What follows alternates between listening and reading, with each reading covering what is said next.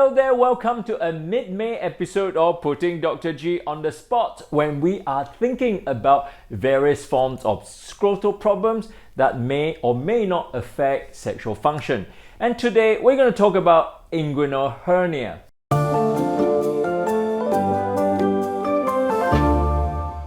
If you imagine that as a child during gestation, as a baby the actual testicle itself in a guy is remain inside the abdomen.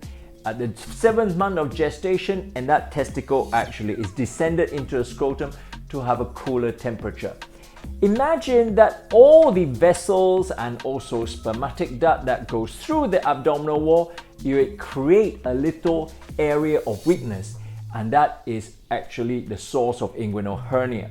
So as we get older, the muscle around that area that covers the inguinal hernia becomes weakened, and that itself can result in protrusion of a bit of a lump from the abdominal wall and sometimes go down into the scrotum. And that itself may result in discomfort, and in a serious situation, it may result in strangulations of abdominal contents such as small bowel. However, does it affect sexual function? The answer is no. The actual inguinal hernia itself actually is supplied by the vessels and the nerve supply from a different route that result in erections. So therefore, the impairment of that muscle will not result in sexual dysfunction.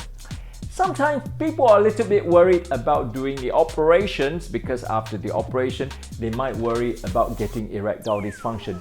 Again, the answer is no.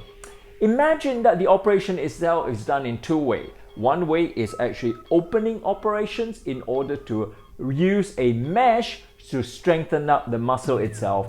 And that itself might temporarily give you discomfort when you have sexual activity, but it will not cause sexual dysfunction.